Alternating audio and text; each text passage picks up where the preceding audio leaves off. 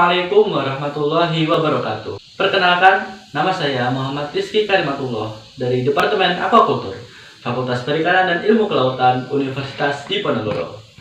Pada video ini, saya akan melakukan proyek mandiri mata kuliah Ekologi Perairan dan Fisika Kimia Perairan. Judul proyek kali ini adalah Praktik Pengukuran, Pengamatan dan Analisa Kondisi Perairan yang ada di sekitar tempat tinggal berdasarkan 3 parameter.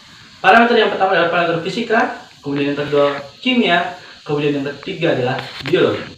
Parameter fisika yang akan saya ukur adalah kedalaman air. Jadi, alat yang akan saya gunakan yang pertama adalah tongkat bekas, kemudian yang kedua penggaris. Kemudian parameter yang kedua adalah parameter kimia. Saya akan mengukur pH air tersebut. Dan alat yang saya gunakan yang pertama adalah sendok untuk mengambil air. Kemudian yang kedua adalah gambar indikator warna pH yang akan saya cocokkan nanti dengan warna dari pengukuran saya. Kemudian bahan yang saya gunakan adalah kunyit.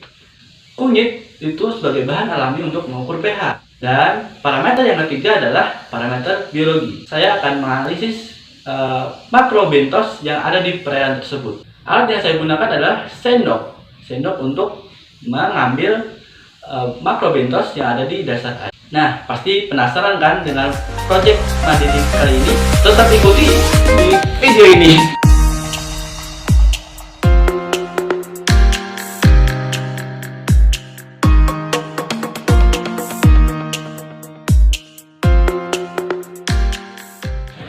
Pasti kalian bertanya-tanya, kenapa sih kunyit itu bisa sebagai menjadi indikator pH alami? Jadi dalam jurnal Wasito et al. Itu disebutkan bahwa semua tumbuhan yang mempunyai pigmen atau zat warna itu dapat digunakan sebagai indikator asam basa dengan adanya perubahan warna yang dihasilkan gitu.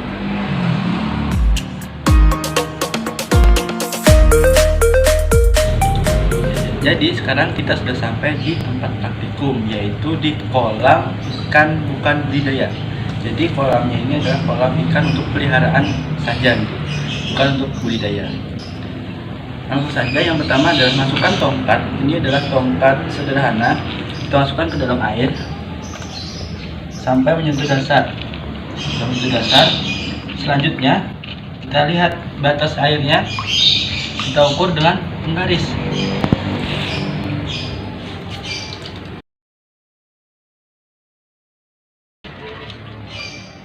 Ada sekitar 29 cm. Di sini tadi saya menggunakan kunyit bubuk untuk menjadi indikator pH-nya. Jadi kita masukkan saja langsung airnya menggunakan sendok. Kita ambil airnya sedikit demi sedikit. Kita masukkan ke dalam kunyitnya. Ya sudah ya. Kita tutup. Kita goyang-goyang supaya tercampur. Sudah tercampur ya.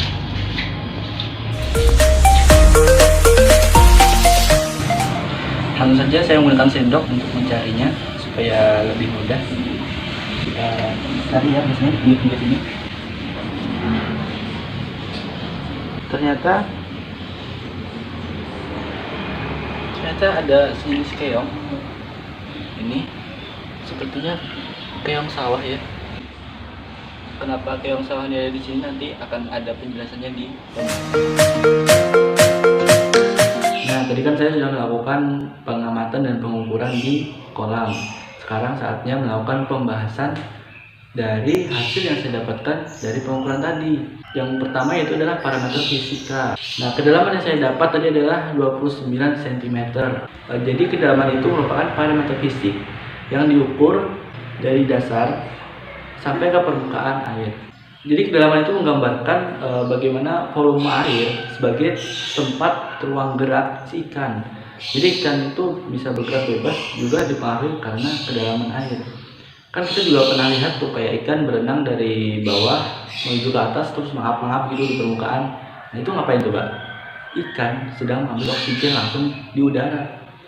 Berdasarkan Susanto et al. Yang dimuat dalam jurnal Ruwaya, tahun 2017 mengatakan bahwa ketinggian air yang tinggi menyebabkan jarak ke permukaan semakin besar, sehingga mempengaruhi aktivitas ikan dalam mengambil oksigen langsung ke udara. Nah, jadi dari itu kan tadi saya dapatkan 29 cm. Itu untuk ukuran ikan yang juga tidak terlalu kecil, itu sebenarnya tidak terlalu tinggi, tidak terlalu dalam perairannya. Jadi, nah kemudian parameter yang kedua yaitu adalah parameter kimia. Tadi saya melakukan pengamatan dan pengukuran pH air dan didapatkan hasil 6 pH-nya ya. Kira-kira pH 6 itu baik atau tidak sih untuk kehidupan ikan ataupun organisme perairan yang lainnya? Maka di sini saya sudah mendapatkan jurnal yang dibuat oleh Kesuma et al. Dan dimuat dalam Jurnal Penelitian Pengelolaan Sumber Daya Alam dan Lingkungan.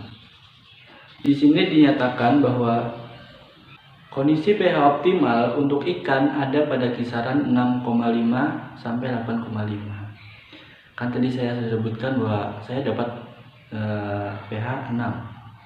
pH yang saya ukur tadi adalah kondisinya lumayan cukup untuk kehidupan ikan dan organisme lain.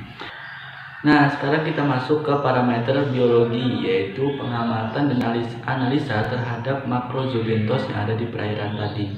Makrozoobentos yang saya dapatkan tadi adalah yaitu keong sawah. Saya membawanya di sini. Lengket dia, keong sawah. Ini dia, keong sawah.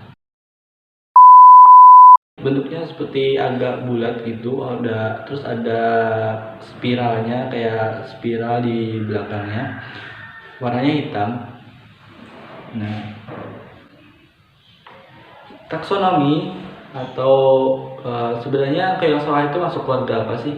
Nah, dalam jurnal yang dimuat oleh Delvita et al. Dalam Pillar of Physics tahun 2015 menyebutkan bahwa klasifikasi ilmiah keong sawah itu ada dari Kingdom Animalia, kemudian filumnya Mollusca, kelasnya yaitu Gastropoda, ordonya yaitu Ampullaroidea, kemudian famili dari Ampullaridae, kemudian genusnya yaitu Pila, kemudian spesiesnya yaitu Pila ampullacea. Nah, sebenarnya keong sawah ini kalau di dalam dunia pertanian merupakan suatu hama bagi petani karena sering memakan padi saat musim tanam gitu. Makanya biasanya keong sawah ini dibuang. Nah, itulah dia kenapa keong sawah tadi ada di perairan tersebut, ada di kolam yang saya amati tadi, karena katanya dulu pernah pemilik kolamnya itu seperti meletakkan keong-keong sawah di kolam tersebut. Nah, kan tadi sebenarnya cangkang keong tadi saya ambil lagi ya. Cangkang keongnya itu keras, yaitu karena ada kandungan berupa kalsium karbonat, terus zat besi, magnesium, kalium dan fosfor. Jadi ini kayak senyawa kimia yang memang menjadi penyusun di cangkangnya gitu. Nah, jadi setelah melakukan pengukuran, pembahasan, sekarang saatnya melakukan kesimpulan. Jadi kesimpulan yang dapat diambil dari proyek kali ini adalah saya mendapatkan kedalaman air yaitu 29 cm, kemudian pH air yang saya dapat yaitu 6, dan juga makrobiotos yang saya dapatkan yaitu keong sawah. Nah, berdasarkan tiga parameter tersebut dapat disimpulkan bahwa kondisi air di kolam tersebut yaitu layak untuk menjadi tempat hidup ikan ataupun organisme yang lainnya. Ya, jadi cukup sekian proyek mandiri saya. Apabila ada salah, saya mohon dimaklumi karena dalam tahap pembelajaran.